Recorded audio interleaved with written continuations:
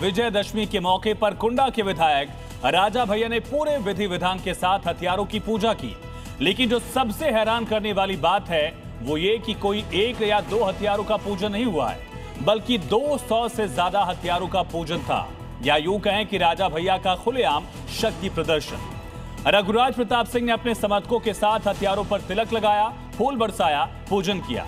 कहा जा रहा है कि राजा भैया ने शस्त्रों की प्रदर्शनी से पत्नी भानवी सिंह को सीधा जवाब दिया।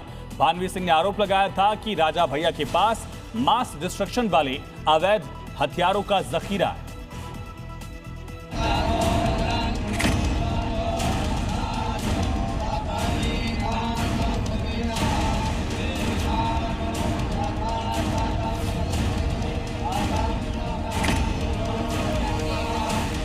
Carbene, Mauser, pistol, revolver, rifle, ये सेना या फिर पुलिस के हथियारों का जखीरा नहीं है। ये राजा भैया की दशहरे पर शस्त्र पूजा है।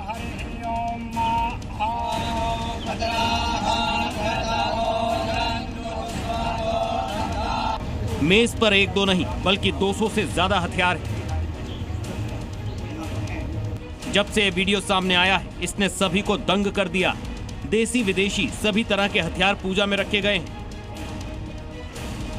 प्रतापगढ़ में बेती महल में बने हनुमान मंदिर पर सभी शस्त्रों को सजाकर रखा गया था।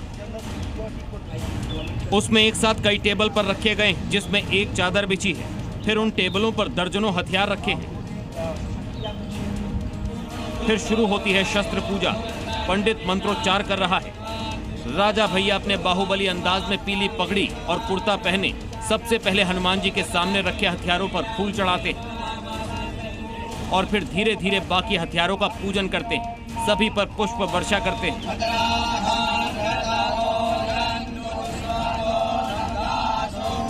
कुंडा के बेती राजमहल में पहली बार राजा भैया ने शस्त्र पूजन में अपने समर्थक और नेताओं को भी आमंत्रित किया। राजा भैया का शस्त्र पूजन देखने के लिए उनके कार्यकर्ता और नेता भी सैकड़ों की संख्या में बेती राजमहल आए। ये पहली बार है जब राजा भैया ने खुलेआम इस तरीके से असलहे का पूजन किया है, जिसका वीडियो अब पूरा देश देख रहा है। इससे पहले राजा भैया हर वर्ष अपने और अपने परिवार के साथ ही हथियारों का पूजन करते थे, जिसमें बाहरी लोगों और उनके समर्थकों का आना वर्जित रहता था। राजा भैया का यह शक्ति प्रदर्शन और हथियारों के जखीरे का खुलेआम प्रदर्शन बाहुबल दिखाने का जरिया है। सवाल यह कि क्या है राजा भैया का हथियारों का प्रदर्शन? अपनी पत्नी भावनी सिंह को जवाब है कि उसे किसी का डर नहीं है।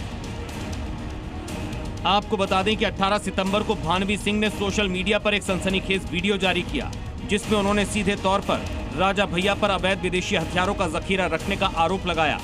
उन्होंने यहां तक कह दिया कि इनमें से कुछ हथियार बड़े पैमाने पर तबाही मचाने की क्षमता रखते हैं। राजा भैया के घर से जो वीडियो आया उसे लेकर सवाल उठ रहे हैं कि इतने हथियार एक शख्स के पास कैसे हो सकते हैं। तो ऐसा कहा जा रहा है कि इस हथियार पूजन में कुछ हथियार उनके समर्थकों के भी हैं।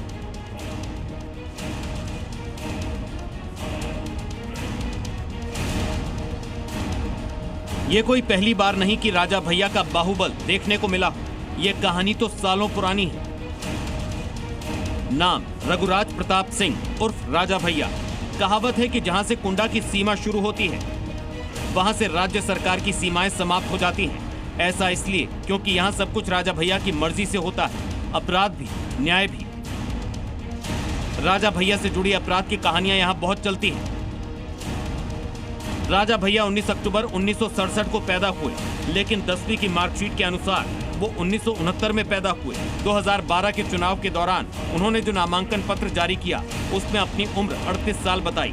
इसके आधार पर माने तो 1993 में वो 19 साल के थे जब पहली बार विधायक बने, जबकि चुनाव लड़ने की उम्र 25 है। राजा भैया के आतंक की कहानी बहुत लंबी है। उनकी भद्री कोठी के पीछे 600 एकड़ का तालाब है। कहा जाता है कि राजा भैया ने उसमें मगरमच्छ पाल रखा है। जो उनके दुश्मन हैं, उनकी हत्या करके उसी तालाब में फेंक दिया जाता है। मायावती ने पूरे तालाब की खुदाई का आदेश दे दिया। खुदाई के दौरान एक नरकंकाल मिला। पहले और अब में अंतर सिर्फ इतना है कि अब वो निर्दलीय नहीं बल्कि अपनी खुद की पार्टी से चुनाव लड़ते हैं। पार्टी का नाम जनसत्ता दल है, जो जनता पहले आधी झुककर सलाम करती थी, वो आज भी उसी तरह से नजर आती है। कुंडा में राजा और प्रजा में कुछ भी नहीं बदला है। ब्यूरो